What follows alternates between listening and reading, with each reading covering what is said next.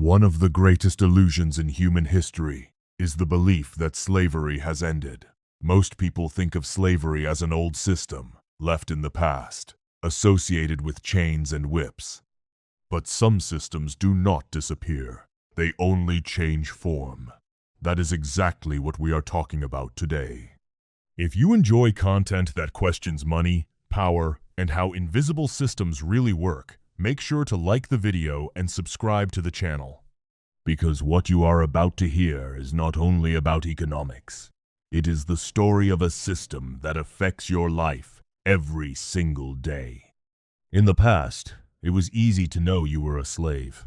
There were heavy iron chains on your feet and whip marks on your back. It was clear who the master was and who the prisoner was. Today's chains are far more elegant, far quieter, and far more sophisticated. They are small enough to fit inside your wallet, light enough to carry in your pocket, and made of plastic. If you wake up every morning to a job you hate only to pay off accumulated debts, if, by the end of the month, the money you earned no longer belongs to you, but to someone else, then it is time to meet the most advanced form of slavery ever created. Welcome. Today, we are searching for the 5,000-year-old answer to one question: why are we in debt? Many of us think being in debt is only a personal failure. Bad spending habits, poor planning, impatient consumption, these may play a role, but the truth lies much deeper. Because the issue is not only individual choices, but the system itself that constantly pushes individuals into debt. In 1971, one of the greatest turning points in financial history took place. Nixon ended the convertibility of the dollar into gold. As a result, money stopped being an asset backed by something tangible. Until that day, money was at least theoretically tied to gold. After that day, money became part of a system that could be created without real limits.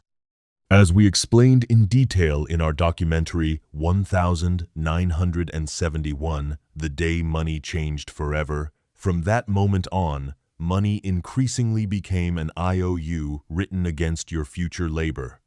In other words, the credit card limit you use today is actually the income of days you have not yet lived. It is the value of hours you have not yet worked, and the sweat you have not yet shed, already spent in advance. The system did not create room for you to produce. It created room for you to borrow. Because the person who borrows consumes. The person who consumes keeps the machine turning. As the machine turns, banks grow, corporations grow, and the financial system grows. While you think you are moving forward, in many cases you are simply spinning faster inside the same wheel. So why is it so hard to escape this cycle? Because modern finance replaced the force of the ancient world with desire. In the past, people needed whips to be made to work. Today, advertising is enough. A screen, a shining storefront, and the phrase, "You deserve this," are enough. In Rome, slaves worked to survive. In the modern world, people often work for the illusion of owning more. A bigger house, a newer car, a more expensive phone, a more impressive lifestyle. The list never ends. Because the system feeds, not satisfaction, but the feeling of lack. While banks offer you loans that promise freedom, in reality they are often purchasing a share of your future. Buy now, pay later sounds simple. But what it often means is this: consume now, give your time later. Paying only the minimum amount on a credit card can be no different from keeping pace with the rhythm of a galley slave.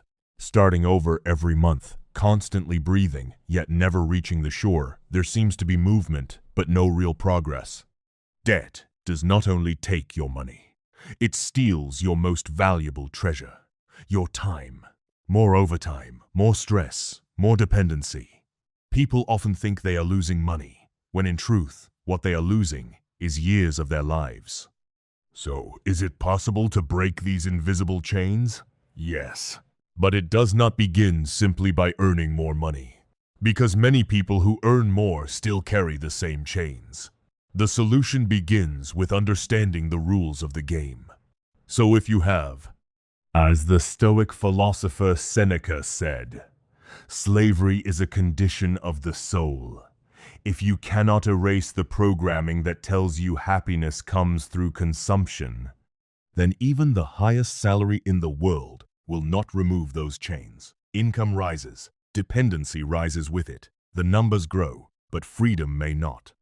True freedom is not the number in your bank account. True freedom is being able to say no to the system when necessary. It is not feeling incomplete because of the things you do not own. It is knowing that you still have value without consuming. And most importantly, it is valuing your time more than money.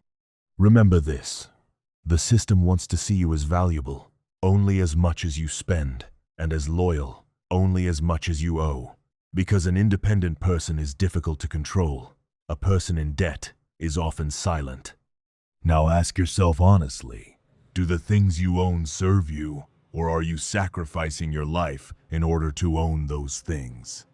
Let's discuss this modern slavery, the debt system, and the ways out in the comments. If you want to better understand the dark history of money, be sure to watch our 1971 documentary on the channel. Because if you do not understand today's system, you cannot escape tomorrow's traps. If you have watched this far, and this video truly gave you something valuable, do not forget to like the video and subscribe to the channel. Because on this channel, we do not only talk about money, we talk about the power behind money.